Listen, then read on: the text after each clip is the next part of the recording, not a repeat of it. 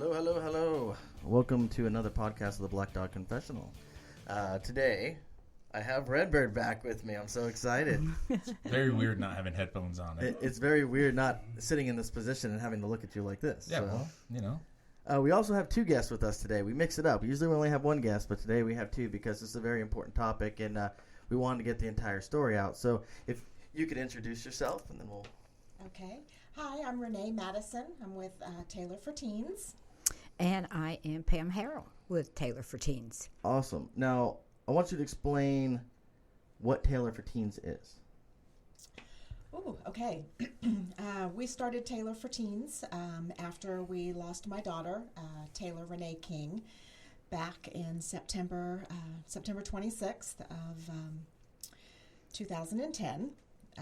She was 14 at the time, and she took her life.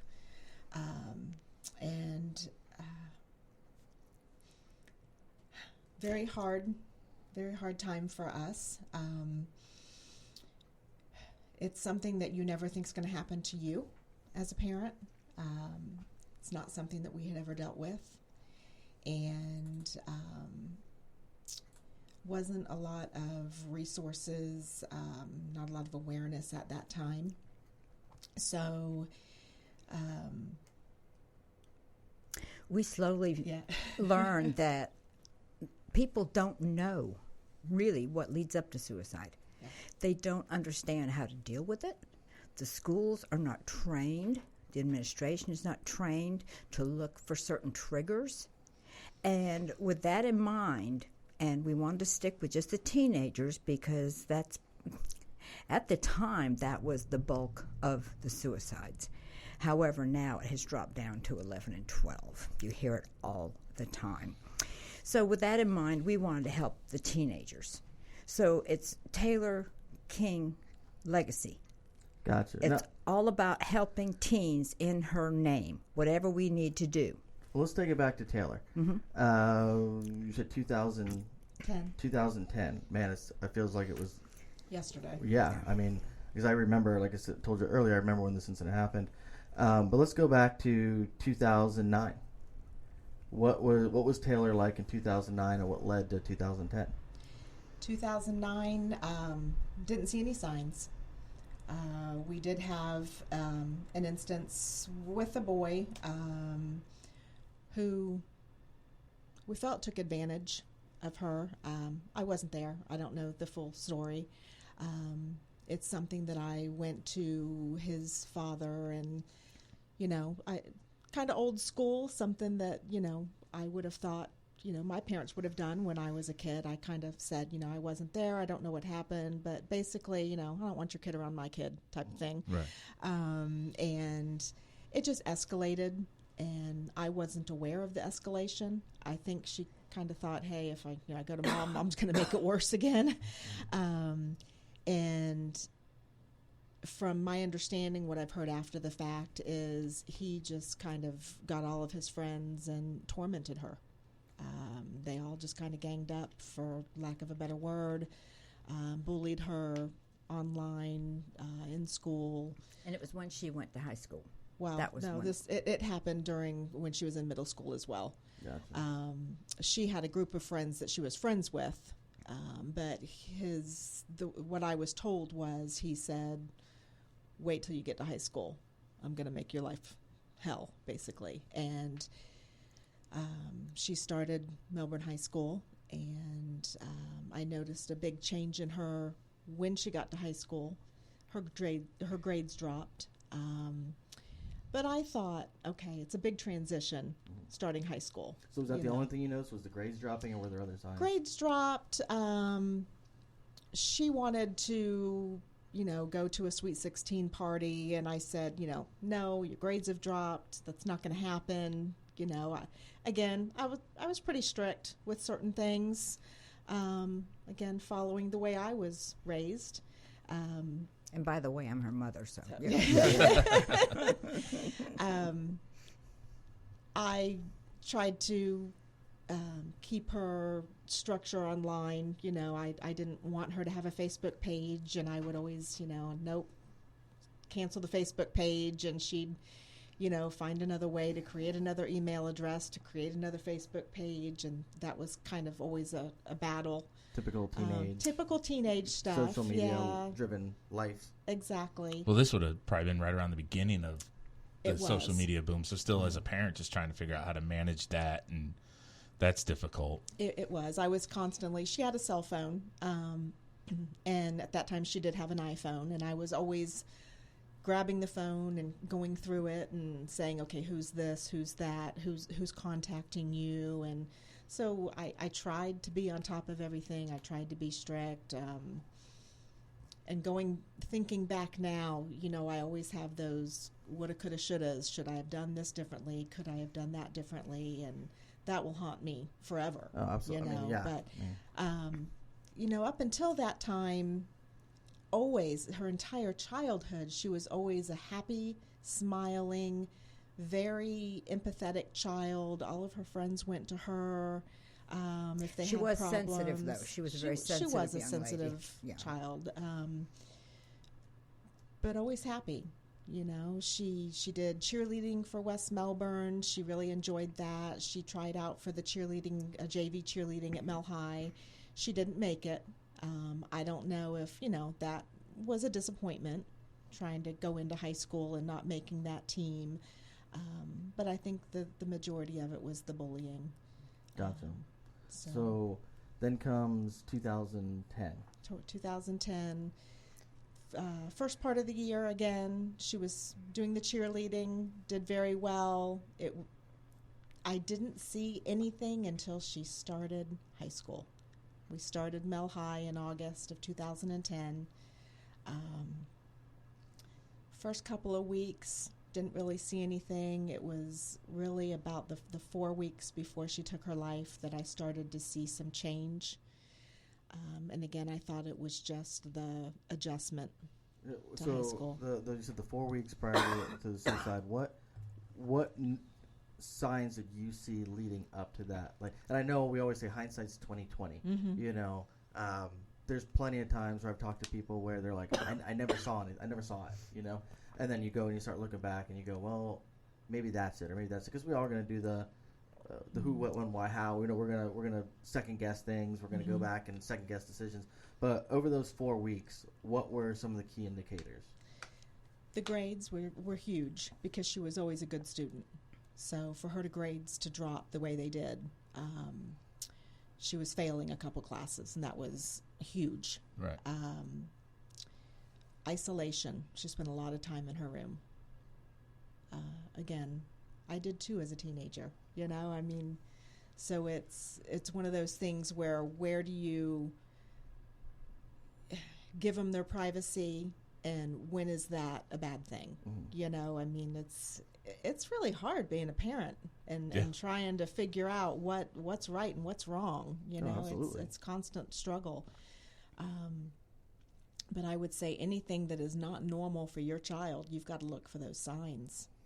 Yeah, I can be honest. My grades were so bad, nobody would have noticed that with me. They would have been like, "Oh, well, they would probably been more of a sign if I would have gotten an A." Right. That would have been a sign with me. Yeah, but again, that's exactly, tough. And that would have been abnormal for you. Yeah. They would have needed to pull you aside and say, "Hey, what's going on with you? What are you doing so well? I know. Yeah. Why are you doing so well? Who's taking your test for you?" Yeah, it wouldn't be him. Like you said, again, it's tough because she's 14, so things are changing with her. Mm-hmm. She's starting a whole new environment in high school, which is tough for almost everybody. Mm-hmm. So now is there a behavior change, or is it just the environment change? So yeah, It's like you're saying, it's so hard to I think you pinpointed it. Being a parent's tough. Yeah, no, Chris has got 2 young ones. Mine are going to be one's going to be 17 coming up, and then 12, and then my wife's pregnant. So we have we have a big space, huge space. And then Chris has got 5, and then she's 8, about to turn 9, but you would think she's 18. Mm-hmm. Yeah, because So you look That's for when you say parenting's tough. Yeah.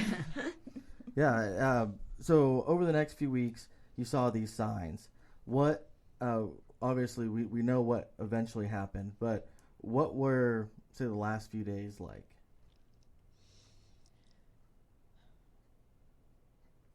I remember the last day, and I apologize because there are spans of time that are missing in my memory. Oh yeah. But the night before, or the day before I lost her, we spent a lot of time together. And not that we didn't anyways, but she didn't isolate herself. I was walking a lot at that time, which I need to get back into. And I always wanted her to go walk with me. And she'd, oh, Mom, I don't want to go do that. But she actually, without resistance, put her tennis shoes on and went and took a walk with me. And when we got home, she took her shoes off and had blisters on the backs of her heels. And I was like, oh, my God, why didn't you tell me that your feet were obviously hurting? And then she went to the movie theater and saw a movie with me. And the next morning we had breakfast, and she actually picked up the dishes without even being asked. And now looking back, I could tell she was trying to do everything she could for me, and it breaks my heart. No, absolutely. I mean, it sounds like she knew. Almost like she was saying goodbye, spending those last moments with me. No, absolutely. But I think, I know you guys have done a lot of research, and I think you've seen that's the actual pattern in a lot of people. As far as things to take notice to, as we're talking about signs and stuff, that is one that has actually been brought up, where people will try and spend the last few moments or make those last few phone calls that have that some people may even think are out of the ordinary. Why did this person call me after 2 years and have this 30-minute conversation? They'll also start giving things away. Yeah. Some of their prized possessions they'll give to a best friend or something like that. Yeah. So, I mean, and another great key indicator, we've seen a lot of them where people will actually write their notes and they'll say, I want this to go to somebody or that to go to somebody, yeah. Or they start to try identifying those things.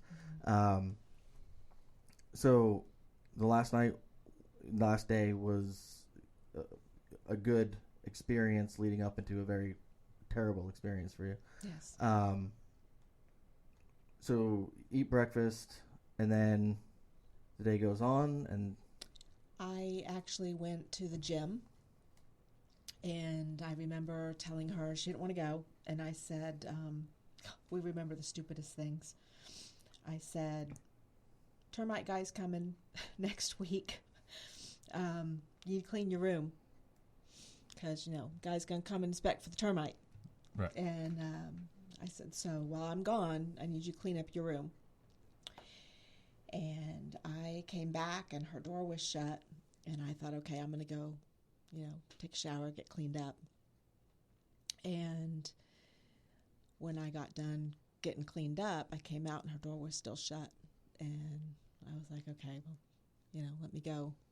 And I knocked on the door and opened the door and saw her laying in the middle of the floor. And it took me a minute to comprehend. And I walked in and saw her laying on the floor. And she was on her side and noticed the gun laying there. And I know that my brain protected me. I don't think I saw everything. Thankfully, I think my brain protected me from a lot of what was probably there. But I saw the gun, saw the pool of blood around her head, and had my cell phone in my hand, ironically. But I went to our home phone, which was cordless, and we used to turn the phone off so that it wouldn't ring. The solicitors calling in the morning, we're trying to sleep in on Sunday mornings, and so we had turned off the main phone at the base, so the phone in her room wasn't working, so I couldn't call out. Didn't recognize that I had my cell phone in my hand, and I ran to the front door and opened the front door, and I screamed for help. And it just so happened that there was a lady walking in the neighborhood, and then one of my neighbors, and those two persons came and helped and used my cell phone to call 911. I don't remember the 911 call at all,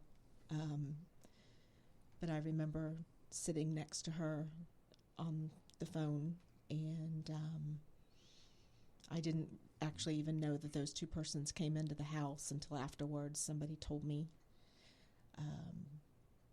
Don't really remember the first responders coming. I remember somebody pulling me away, and I remember going across the street to my sister's house. Like I said, there's a lot of missing parts in my memory. Understandably. I mean, that's your body protecting you. Yeah, that's your body protecting you. So at that point, obviously, this was a weekend. It was a Sunday. This is a Sunday. So this is midday. Mm-hmm. After that, I mean, you probably have a lot of in and out memories. What can you say? What do you remember from the aftermath? The initial aftermath, I guess you could say.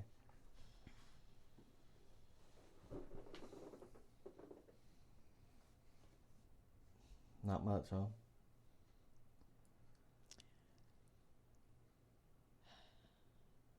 Emptiness. Just a feeling of emptiness. Having lost a child, she was my only child.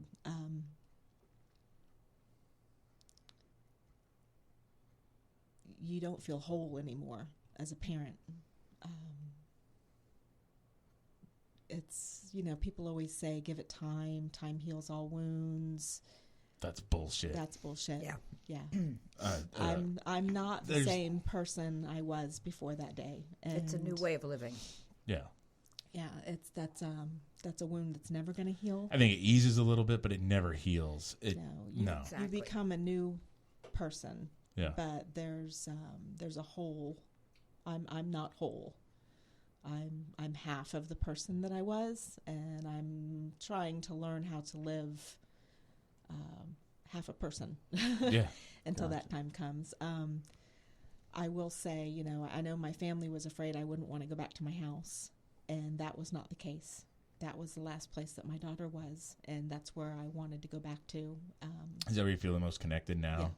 Yeah. Still in the same house? Yes. Yeah. I treasure every memory I have. My faith is a lot stronger. I know that that's not always the case for parents who have lost children, especially to suicide. I get signs from her. Sometimes I'm afraid to tell people that because I think they think I'm crazy. I'm going to guess it's a rainbow because we go with rainbows in our family. We have rainbows. Yeah. We see rainbows over the house all the time. She leaves me 11 cents. And that's the craziest thing, but I will get a dime and a penny. So in times where I'm really anxious or nervous, or I get dimes and pennies. Sometimes I just get dimes. Family gets pennies.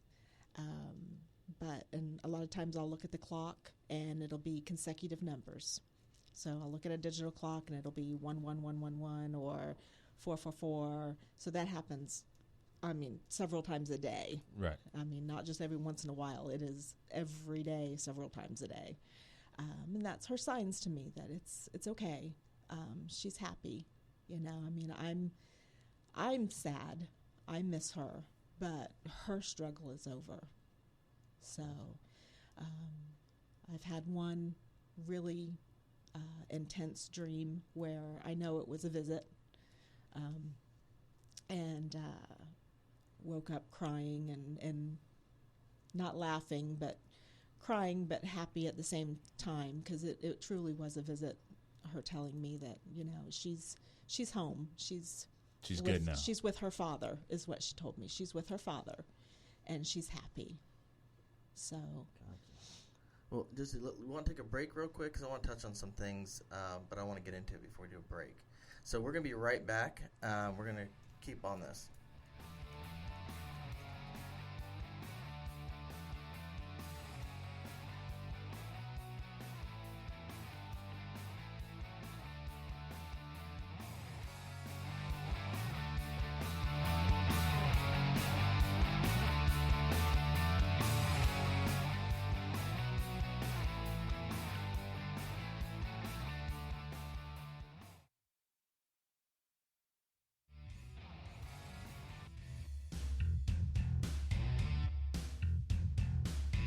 smart, people. Because you got to be smart to even be listening to this show. No dummies allowed. Join me every week, Mr. Josh W. on the Mr. Josh W. podcast. You're going to hear me rant and rave about politics, current events, social media and SJWs, sports, cryptocurrency, sex, 420 and CBD culture. Hell, we can even talk about how your grandma won bingo 3 times yesterday. And good for her. She deserves it. She plays a lot. We'll even have interviews, panel discussions, and the occasional game show. Now, you can find me on Instagram, Twitter, and YouTube under Mr. Josh W. You spell that out, MisterJoshw. Very easy to find. And all this good stuff is coming to you live from the Space Coast Podcast Studios in sunny Florida.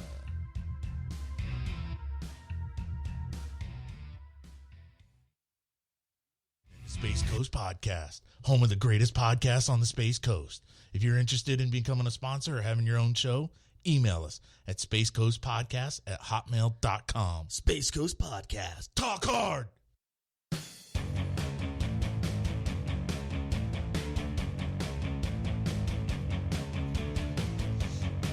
All right, we are back. We are with the mother and grandmother of a young lady named Taylor who committed suicide when she was 14 years old. Can I correct one thing? Go ahead. This is one thing we've started saying, and the professionals will tell you. She didn't commit suicide. Okay. She died by suicide. And Gotcha. that's most people do say committed suicide, but I try really hard myself to say died by suicide. So Gotcha. Hey, no, we'll go with that. Whatever. Anytime Steve says it wrong, you have my permission to punch him in the face. I'll do that. Yeah. Now I'm like too close too. If Like, you want, I'll punch him in the face Okay, for you. I'll give you the motion. give You me do a it. little- Okay. I'm gonna put it in my memory. Okay, we're good. It's all right. All right. So obviously, everything happened. Yeah, you were talking about the emptiness aspect of it and the signs. I am a firm believer in signs. I have a really good friend who's also a very firm believer in signs because he had a daughter who passed away of cancer when she was very young, and she sends him signs a lot. So I'm a very firm believer in all that stuff, especially after some of the things he's told me. But now you've come to the point where you would have gone through, say, the funeral section and all that. Where does the actual healing for you begin, and how does that happen? Obviously, you don't ever get over it. We already said that. Yeah. We know that's all BS. But at what point do you have to start helping you? Ooh, that's an ongoing process. But one of the things that we found after we lost Taylor is her group of friends. We looked for some type of group therapy for them, and there was nothing. We couldn't find anything in the area. And my mom is my huge support. She was my rock. She and my husband, and actually my sister, the entire family is amazing. We're all very close. Yes. We had discussed starting up some sort of foundation, and my mom spearheaded this. So we talked about Taylor for Teens and played around with the idea, and we put together a kind of group therapy for the kids and found a way to get them together just after school to talk about their feelings. And so it kind of started there, and it helped me. I joined with them, went and we just kind of talked. Wasn't even really structured in any way, but it was just a chance for all of us to get together. I think we had it once a week or once every 2 weeks. Oh gosh, I can't even remember at this point. Once a week in the beginning, I think. Yeah. And so we kind of started there, and then we created Taylor for Teens, the 501c3, and started doing events to bring awareness. Just don't know, just started to do Yeah. the different events, and we did started to do the Taylor for Teens 5K, and started doing those in March because that was the 6-month anniversary after her death. So we did the first one 6 months after we lost her.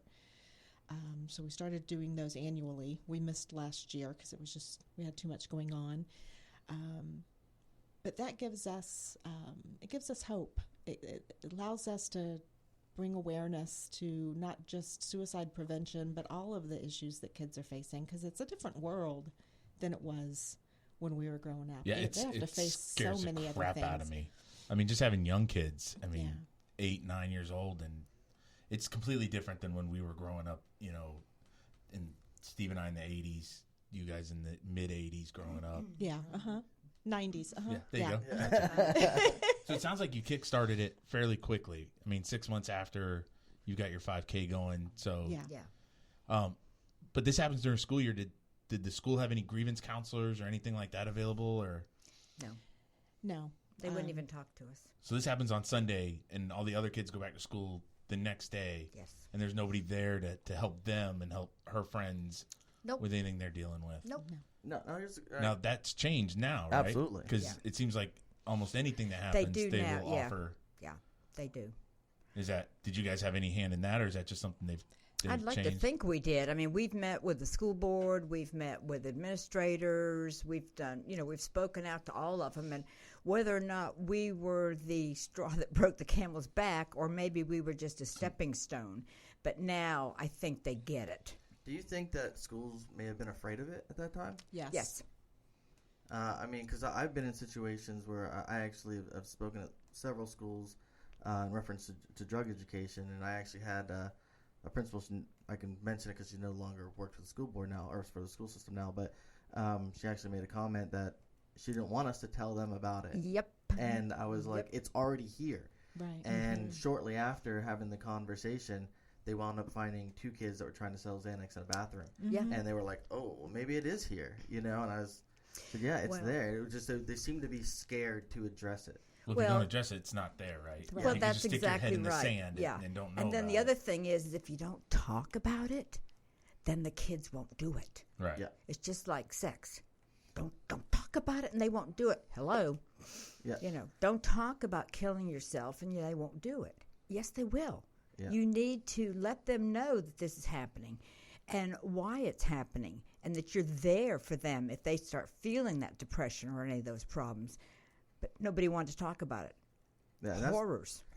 And now for you, that's got to be extremely frustrating right off the bat because you're concerned now. You've lost your daughter. You don't want to see any other parent go through that same situation. Yep. So in your mind, you're like, how do I prevent it? Which Right. then leads you to 6 months later doing a walk. Now, over the week after the incident, what was the reaction of some of her friends? I mean, how were parents reaching out to you? Were kids reaching out to you? Was anybody talking about it, or was it just kind of like everybody was stunned? They didn't know what to say. Her friends have always been fabulous. I'm still in touch with her group of friends. I'm very blessed to have her friends that are still stay in touch with and they're me. adults now. Yeah. In Now you fact, think about it, because They're 21, 22 now. 23, 24. Yeah. In fact, I had her best friend was at my house today with her 2 little ones. So Wow. I'm incredibly blessed to still be in touch with them. So, wow. yes, I did have her friends and a few parents. Again, the first couple of weeks, I'm not ashamed to admit that I abused the Valium that the doctor gave me, and I don't remember a lot. Oh no. No, look, I don't think anybody can look down at that because there's no way we would know how we would react in a Yeah, and my question for that, my reason for that question was, I know I may be a little different. I have a tendency to reach out to people, but there's quite a few people that are scared of that conversation. One, because they don't ever want to think that could be their kid, Yeah. but then the other thing is that's very personal, very it's heavy. It's Yeah. Yeah. very emotionally connecting. Well, and it's there's a lot of people suicide. that don't want that. They don't want to cross that barrier. You know, it's And very they know that difficult there's for them. absolutely nothing they can say. It's going to all of a sudden make you feel better. Right. Nothing. If I call you up and say, Renae, you know, oh, blah, blah, blah, that you're going to go, yep, I'm good. All right, let's chug along. Yeah. So Yeah, you can only hear "I'm sorry for your loss" so many times, you know, and you're like, okay, well, right. what are we gonna do to fix it? You know, I'm a big person on action. I don't like just talk. You know, lip service only gets you so far. You know, you have to have action to back what you're saying. And you know, in your situation, you guys have taken action. You know, to step forward and try and make changes. Obviously, statistics have changed over the years. Yes. You know, and we talked about it earlier how the range for teenage suicide was a lot different than what it is now. Now we're looking at preteen, you know, where there's been stories on a regular basis where we're seeing 11 and 12-year-olds that have committed suicide. Or, sorry, death by suicide. Yeah. Died by suicide. I'll give you that one. Or completed suicide. There you go. We'll Because go you've with got that. you've got attempted, or you've got completed. No, I always get into defining words. You know, I just think it's interesting that you bring it up like that because people like me, we say committed. Sure. You know, but you are right. I guess a lot of the statistics you read do say attempted and completed, and breaking down the word. Do you think that breaking down the word is a way for people to ease something, a perspective thing, or is it just? I think the reason that a lot of the professionals say died by suicide is because when someone commits suicide, the act of suicide, they're not intentionally, I don't know how to really put it into words, they don't mean to do it, I guess, but they do. I mean, I don't really know how to say it, but if you say they died by suicide, then it doesn't mean that person did something wrong. Well, to commit means to commit a crime. Yeah. So. See, I always look at definitions of word. Me and Chris have this conversation a lot. I say, explain a word to me as if you were describing it to a 4-year-old child, as if they'd never heard that word before. You know, because there's a lot of words that we go through, integrity, character, that we use all the time. Right. But how do you define that to a child? Yeah. A lot of it we say, well, we don't define it, we show it. You know, this is what our morals are. This is how we act. Going back to the few weeks afterwards, obviously there's a transition point where you had to make that decision that you were going to start having these meetings and start doing that. Where did that decision come from? I think it was just out of concern and compassion for her friends. Gotcha. You know. How about for you? Your grandma. You know, Yeah. there's a different level because now not only did you just My baby lost her baby. Yes, exactly. And so now not only are you grieving, but you're also having to be a support system. Right. You know? Well, for me, I had to do something positive. And I'm kind of like you, action. If I'm busy with something, then it's positive and it's good, and I can, not that I want to ignore what happened, but I can set it in a different compartment for a while. Yeah, you don't have time to just dwell on it. Yes. You're- So yeah. that's how it helped me. Gotcha. So Renee's the one that actually came up with Taylor for Teens, but it helped me. So that was a good thing for both of us. Now here's a question: has she always been this tough? Did you not listen to the beginning part about how she was raised? Yeah, no. I'm just asking because I can, like, you have a dominant personality. Yeah. As Oh, you, yeah. as you Yeah. speak, you Yeah. know. Yeah. So I can tell you're Very an action controlling. Yeah. Yes. So, obviously, that's an amazing support system to Yes. have. You know, someone to lean on that has that kind of going for them. As you progress, I mean, we're talking several years now. Like we said, it never heals. But have you had to go through any type of counseling for you? Like I always talk about mental health and self-help. You know, what did you have to do to start, or what did either of you have to do to start? We have both been through counseling. We did counseling together in the beginning, which I actually found very helpful. We're a very close family, and I went longer than Renae did. yeah, I was every couple of weeks. Let me ask you, did you find more help with going to a private counselor and talking to them, or when you did your group talks with her friends and or your family sitting around? It actually helped in different ways. Okay. I went to a couple of suicide group therapies, like with other families, and I couldn't do that. That was too hard for me. Listening to the other stories. I actually would leave there feeling worse. Right. Because I would take on other people's pain. And that was too much for me to handle. I couldn't do it. That quick, there's no way you're emotionally ready to. Yeah. I don't think I could do it now. Yeah. But it helped to do therapy with my mom. I could have gone by myself, but honestly, I felt like I got just as much out of it going with my mom and doing therapy. I probably should have gone longer than I did. Got to a stopping point, or got to a kind of a wall when the therapist was trying to get me to stop feeling guilty for her death. And I said, well, that's just, that's never going to happen.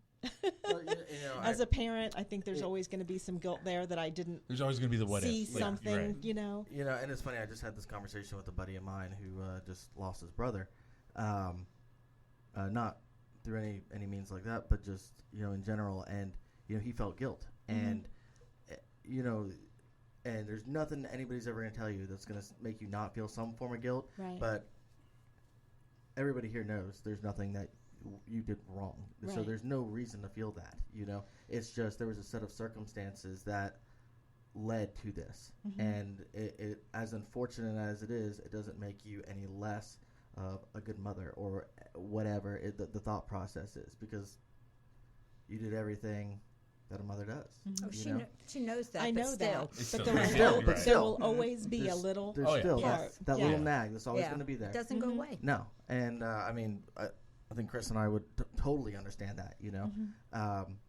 but there's always going to be that little, yes, and it'll be there till the end, you know. Moving forward, you started doing these groups, you started going to counseling, like you said, and I thought it was interesting because Chris asked the question because I was wondering the same thing, of which benefited you more, and you brought up the fact that they helped you in different ways. Obviously, the counseling aspect is more of a professional mindset, and the group activities were more of that emotional buy-in. These are people you knew, you could connect to, and you also had that motherly instinct that you were helping. Yes. And that's why I was wondering if maybe that didn't Yeah. actually help more. Yeah, it did. I think that you nailed it on the head. It was that motherly nurturing, because just because I lost my child doesn't mean that I stopped being a mother. Right. Agreed. And that's the one thing growing up that I always wanted to be more than anything else was I wanted to be a mom. So, again, just because my daughter's no longer here doesn't mean I know how to turn that off. Now, So I wanted to ask, and like I said, you don't answer if you don't want to, but this is, I wanted to go back to something you had brought up earlier. How old was Taylor when her father passed?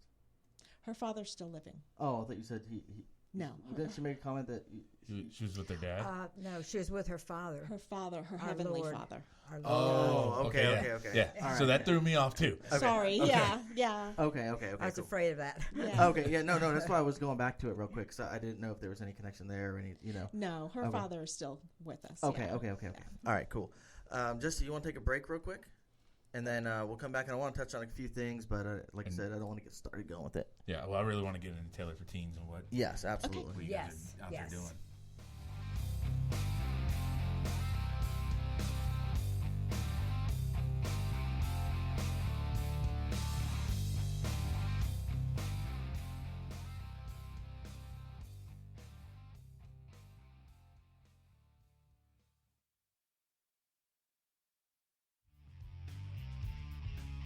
Hey, I'm Vinny with the all-new Vinny Marino podcast. I want you to join me every other Monday as we tackle all the craziest headlines from around Florida and truly explore and uncover what's missing. Also, we will invite the exciting guests from our community who have seen it all and aren't afraid to spill the beans about it. And finally, we can't forget about Vinny's top 3 rants and raves about traffic, restaurants, and events. Join us on Facebook as we go live and bring you behind the scenes of each show and let you be a part of it. The Vinny Marino Podcast, all Space Coast, super raw and unedited, straight to your dome all the time, live from the Space Coast Podcast Studios. Listen everywhere you find podcasts.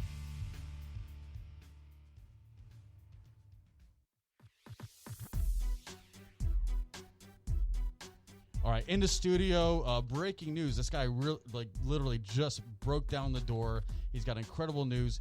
His name is John Adams with the Fix Therapy. John, what's so important? What's going on? Well, we've got some exciting stuff to talk about. Well, tell me, what do you get to share? Well, I've got a brand new podcast coming to you called The Live Life Aware, where we're going to be discussing all kinds of fun topics like biohacking. Whoa. Yes. We're going to be talking about integrated medicine. Mm-hmm. And we're going to be talking about some really new hot topics in Florida with medical marijuana and CBD. I see. Well, that sounds exciting. So what else can the listener expect? Well, fun facts of the body. Did you know that one red blood cell carries 1 billion oxygen molecules? That's a lot. I had no idea. Yeah, so if you looked up into the night sky, right, you could take every little star and put them on one red blood cell. Oh my gosh, that's incredible. So all kinds of trivia, surprise guests, and things that you're not going to hear about just hanging out in your family practitioner's doctor's office. Absolutely. We're going to be talking about all the stuff you're not listening or hearing from maybe your general practitioner. Amazing. All right. Thanks so much, John. Live Life Aware, guys, coming soon from the Space Coast Podcast Studios. You're listening to Space Coast Podcast, home of the greatest podcasts on the Space Coast. If you're interested in becoming a sponsor or having your own show, email us at spacecoastpodcast@hotmail.com. Space Coast Podcast. Talk hard!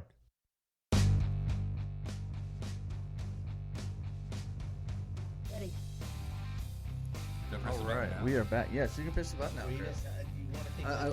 I give Chris one job. I give Chris one job, and he's struggling with it right now. There's the button. That's where I had to. Look. Mom, Grandma, you realize this? I gave him one job, right? That's it. He's just got to sit there and look pretty and push the button when I tell him to push the button. You got to work on him. Yeah, well. But the red button the red was light over is here, blinking right? now, so it's right. working. Steve said it was in the middle. It's over on that side. He's got those big sausage fingers. You can't do nothing with them. I think there may be a little bit on each side here that needs to be worked on. Yeah, we need to go to couples counseling. That's really why we do the You podcast. switch chairs and That's Throws what it is. everything off. I can't get him in my peripheral over Right. here. It's gonna throw me off. All right, so I want to get into Taylor for Teens. Yes. Yes. Tell us about the organization. Tell us what you got going on. I know you have a few projects going. You have the sign project going. Mm-hmm. Let's get into talking about that. you're so much more eloquent than I am. Oh, I don't know about that. I do have another daughter, and she has just taken a bigger part in working with Taylor for Teens because I was a little burned out. We kind of take turns doing things here. And she found a company that makes some fabulous signs. They're just the ones, just stick in the ground. And they're motivational, if you will, for people that are, teens especially, that are depressed or whatever. And we will buy them. We will deliver them. We'll put them in the ground for you, wherever, your business, your home. And I think you were saying the sign you liked the most was the one that said "You Matter." Yeah, I like that one. And if you go to the Taylor for Teens Facebook page, you will see all of the different signs, and all you have to do is ask. And we'll get it for you. And it's Taylor, the number 4. Taylor and the number 4. Yeah, a lot of people get confused, but it's the number 4. Okay. Well, I'm going to make it real easy for everybody because I'm going to share it later on our Facebook page. Yay. So you'll be able to find it right there. Fabulous. And then go like the page, show them support. We're very big on homegrown organizations. This is obviously a homegrown organization. Yes, very small but very dedicated. Yes. Absolutely. And this is based out of Brevard County. Support your locals, support this mission. So tell us more about Taylor for Teens.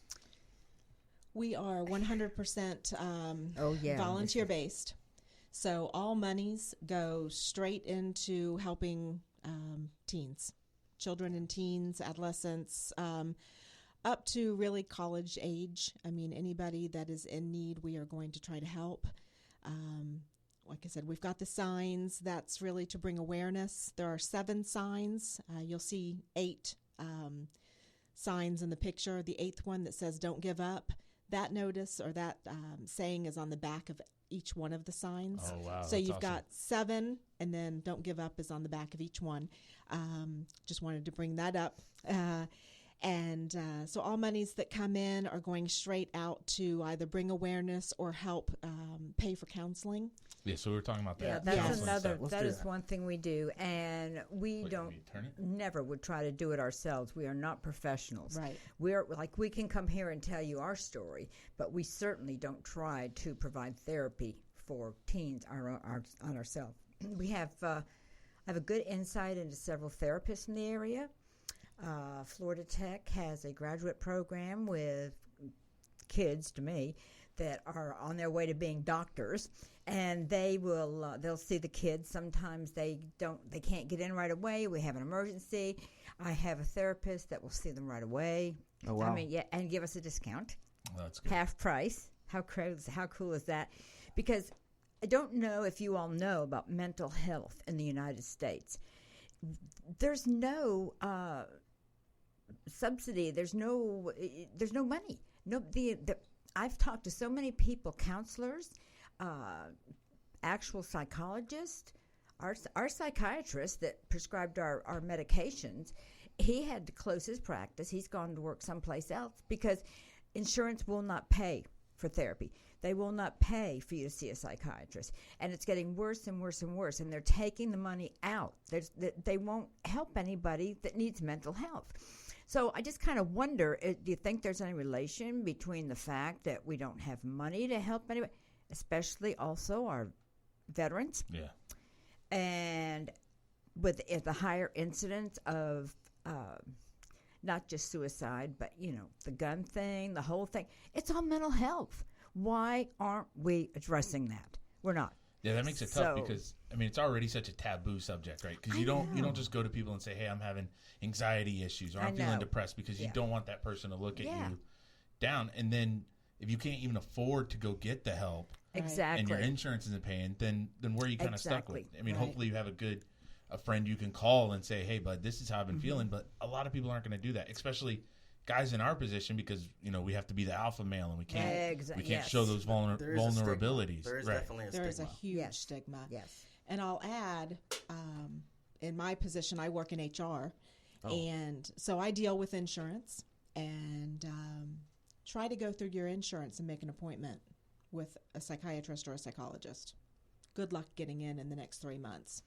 So if you need immediate help, it's going to be very difficult to find that and go through your insurance. Yeah, if you're So- lucky enough, maybe you work for an organization that has an EAP, an employee Right. assistance program, Exactly. and they can kind of get you in there a little quicker. But there's a lot of those that don't And have those- that access. And those are only good for a couple of visits. Right. Yeah, I think the one through our That's- agency will give you 6 Yeah. visits Yeah, depending 6 or 7, on something what, like that. and you can game the system and say, "Oh, I'm having this issue," and as long as the issue changes, you can get another 6. Right. But that's tough, and you have to know. And then again, first you have to get past the stigma of, "I'm going to go do this because I need to better myself." And that is not only the stigma of worrying about what other people think. There's a lot of you don't want to ever say that. We're ego driven. You don't want to feel like you're You know. less than perfect. Yeah, we're ego driven, so we Yes. don't want to admit that there's a weakness. We don't want to admit that there's a problem, that something's affecting this person and Yes. whatever. And there's lots of different things that can cause mental health issues or PTSD or however you want to look at it. Exactly.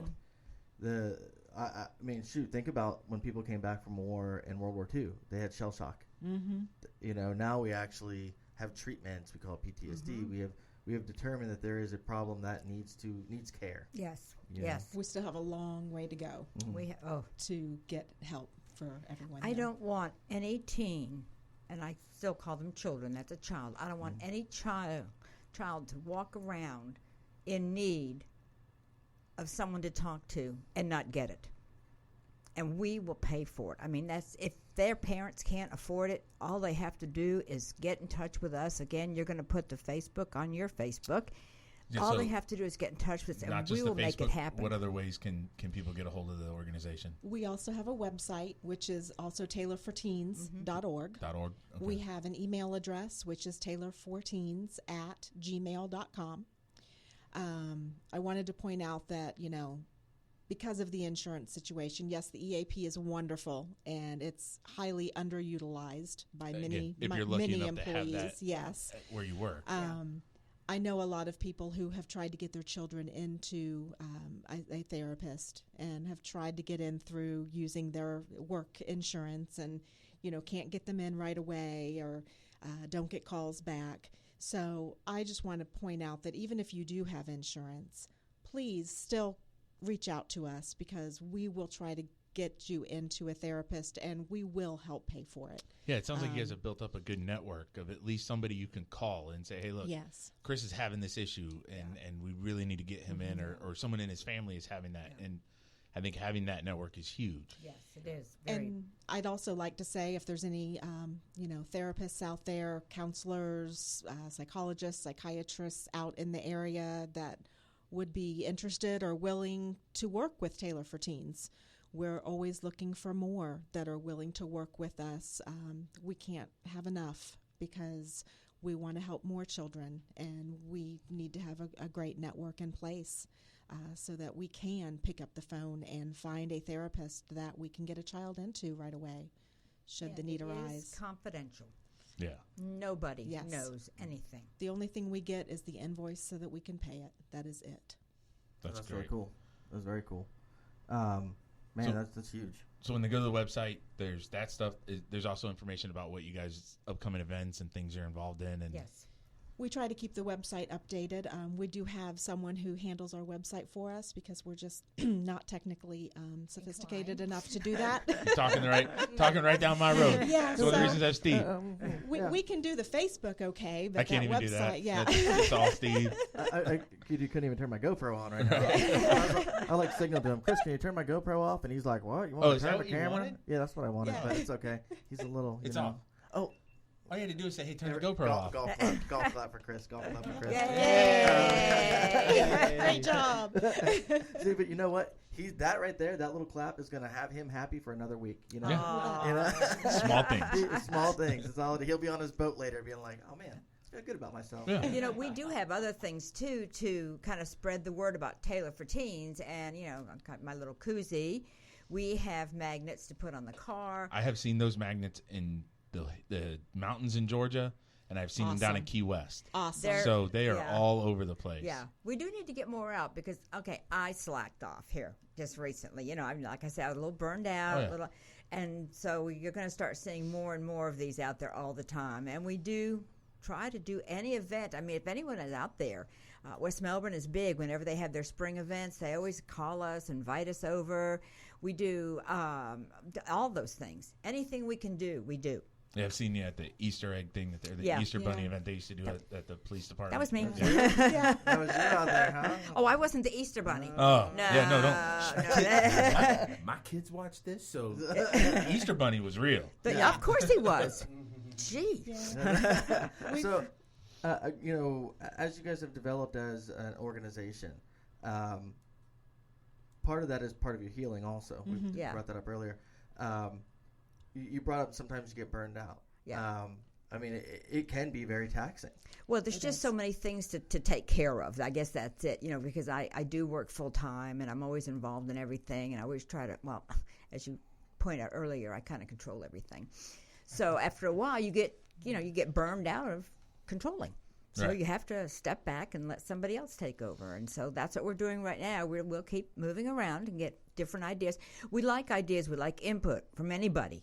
Anyone that can help, anyone that wants to do anything, as far as like Renae was saying, a psychologist or even a counselor. I mean, you don't have to be a psychologist, which would be nice, but if you're a licensed counselor, any of those things, of course, if you want to donate, Oh, yeah.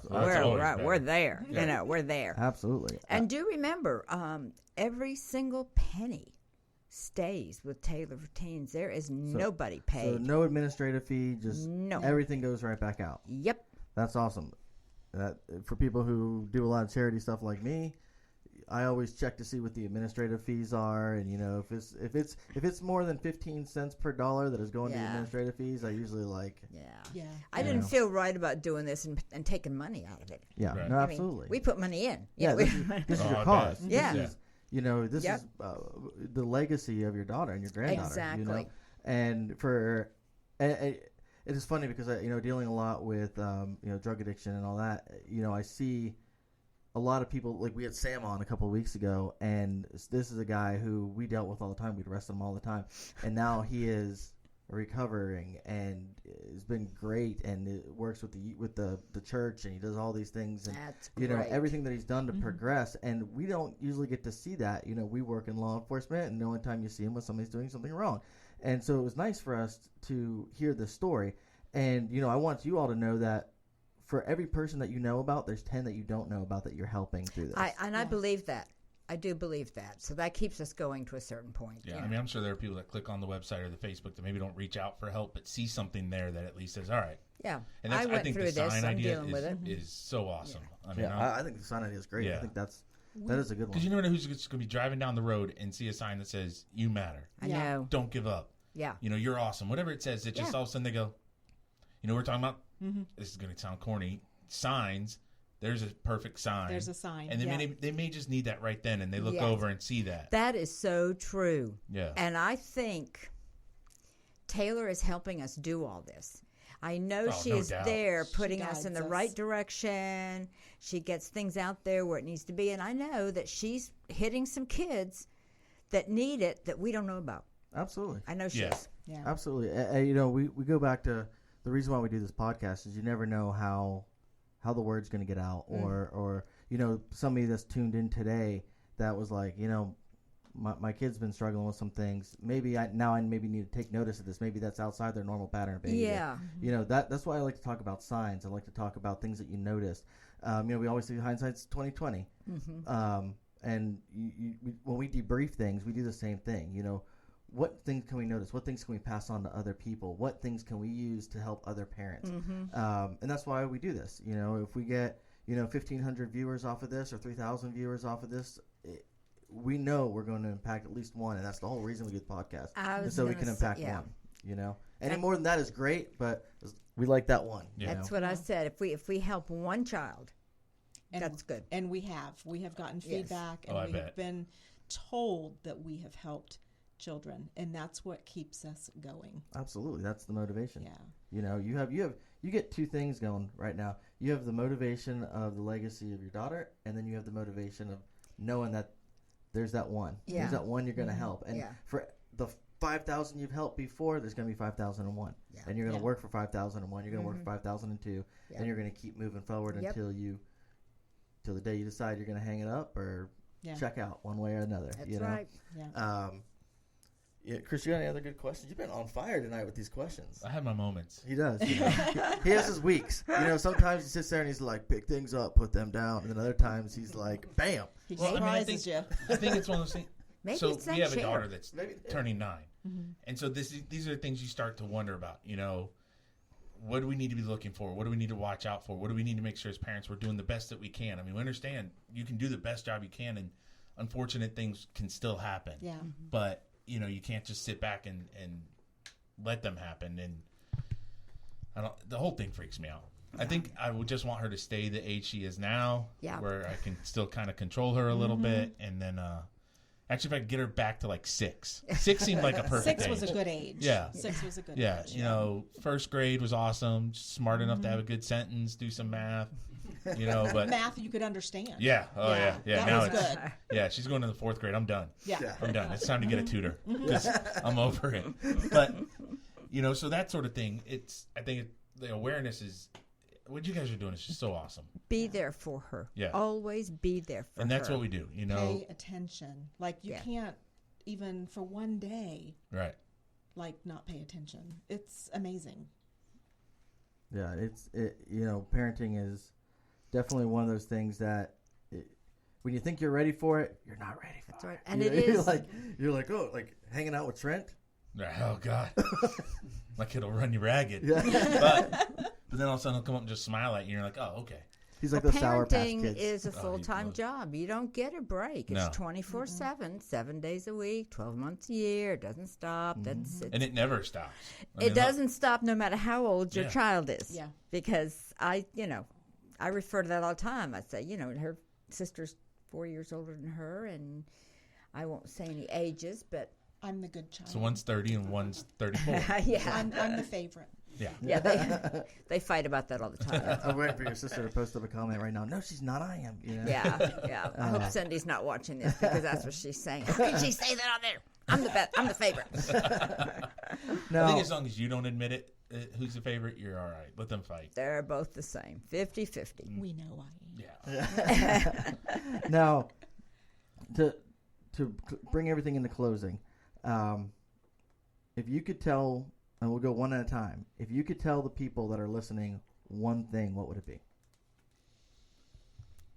Oh boy. I don't know if I can narrow it down to one thing. Pay attention. Pay attention to your kids. Just pay attention, and it can happen to you. I think that's the, yeah. Yeah, that is it. Yeah, don't stick your head in the sand and think that it's not gonna or Yeah. couldn't. Yeah, If it can happen to me, it can happen to you. Yeah, and don't ignore the signs. Like Right. that's a big frustration for us, especially in law enforcement. We see parents that are ignoring the signs, and you're like, no, there's a problem. Yeah. There's a problem. You need to address it. No, it's okay. My child wouldn't do that. Yeah. Right. Oh, And yeah. be a parent. Don't be your child's best friend. They got friends. Right. They need a parent. What about you, Grandma? Reach out. Reach out. No matter who you are, no matter what the situation is, don't be afraid to ask for help. Yeah. Reach out. There's someone there, always. Yeah. Taylor for Teens has someone there. That's awesome. Chris, what are your thoughts? What am I? I like those. Pay attention. Dang, he lost it. He did so good up until that question. No, I think it's pay attention. Yeah. You know, you hit it perfect with the don't think it can't happen here. You know, it. You know, it's funny. Doing interviews for as long as we've done interviews in the legal aspect of the law I was aspect. about to say, yeah, we've been doing this for a really long time. We're pretty much experts at this point. I'm talking about. This is our 16th episode. We're pros. I'm going back to the 16 years of law enforcement. I'll be Walter. You can be Barbara. Yeah, exactly. Yes, I get to be Barbara. Not the View Barbara, like the old school Barbara, right? Were there any of them good? Yes, back in the day. Oh. But interviewing as many people as I have, when you sit in a room with somebody, and a lot of the stuff we had to deal with was drug related. People were using drugs. They go steal something, they get arrested, and now they're in front of us. And interviewing them, they all say the same thing. I never thought this would be me. I never thought I'd be here. Yes. And I don't want anybody to have that regret in this situation. Why didn't I pay attention to that? Why didn't I notice this? Why did I let those comments go? I found that note in their room that they wrote, or their diary that they wrote, which Yeah, and you ignore it. yeah, You that don't. post You on should, social yeah. media. Yeah, you got to snoop. You got to You know do. what's going on. Yeah, you do. I mean, you want your kids to have some sort of privacy, but in this day and age, you have to snoop You have still. to You be have aware. to know. Yeah. Yeah. And it's stuff like you're talking about. I mean, you delete one Facebook account and they find another way around it. And unfortunately for somebody like me who doesn't understand technology, it's difficult. That's why I have a Steve to. It's funny about the whole technology thing. I've talked to a lot of different parents, and a lot of parents didn't realize, like, they buy their kid a Kindle Fire, and they don't realize that you can get the internet on the Kindle Fire or whatever Kindle will be. So they think that they're buying their child something they can just read books on, and then literally they're swooping over and getting on the internet and doing whatever else because they're trying to protect their kids. But they don't realize that predators can get in that way. They can get in via their Xboxes and they're playing online and everything else. And once you tell them that, they're like mind blown. And having conversations like this is that awe experience. Yeah. Well, maybe Aha moments. Aha moment, yeah. there you go. Yeah. Kaboom. Yeah, there you go. Mind blown. There you go. But a lot of people don't have that, or they haven't had it yet. And sometimes when we do this, I get the phone call of, bro, that was legit. That I didn't realize that, and that's why we do this, and that's why I'm very thankful y'all came on today, and giving us your time and giving us your story. I know it's a hard story to tell, but it's one that needs to be told. Yeah. And that's what we're here for. Yeah, So- I really appreciate you coming on and sharing it. It's Well, we thank you. I mean, this is Yes. great. Get the word out. That's what we want. And the one thing I'd like to say real quick is, having Taylor for Teens, we understand this side and we're thankful to be able to help people. But I recently had the need for help and found Survive First, who is also a 501c3, and am so thankful for the help that they provided us and the help that they do for first responders. Yeah. So I've been able to feel both sides of it, Gotcha. being able to help others and also being in a place where we needed some help and we're able to find a foundation to help us in our needs. And thank those guys are God. doing great work. So, I guess thank the God. point to Help that with them. is that Yeah. sometime or another we We all need help. help. Yeah, and that's the it's- thing. and you And just there's have no to- shame reach out. in reaching out and getting the help that you need, no matter what position or what issue you're facing. None of us are alone. And whatever you're experiencing, you're not the only one experiencing it. Don't think that this is, you're the only one that's faced this, because you're not. Somebody else has been there before you, and they can help you get through whatever you're having to go through, you know? We always talk about open and honest communication, and people always think that has to do with one person to another person, but open and honest communication is also with yourself. Yes. You have to have that open and honest communication so that you can constantly reevaluate yourself and your needs, Yes. as well as the open and honest communication with others. Yeah, you have to self-help, self-heal, or you'll never be able to help everyone else. Right. I have one thing I'd like to say. This is Nope, always... you're done. There's no more. I'm sorry. We're out of time. No, go ahead. High five. Somebody stopped her. No, did you not see the look she shot me when I said it? I'm He got scared to scared. leave here now. So don't hurt my baby. When you sit down to eat, everybody picks up their cell phone. It just drives me crazy when I see this in the restaurants. Yeah. Everybody sit there on the phone. Oh, this has got to take care of this. Put the telephones down. Sit down and talk to your children. Be a family. That's where we're losing out. We're not a family. I think we should end it on that. Yep, I Almost think can't so get any too. better. I think it's a perfect message. Family first, people. All right. We thank everybody for listening. And thank you. Thank you. Thank you. Jesse, thank you once again to Space Coast Podcast for doing what you do, my friend. We'll see y'all in a couple weeks.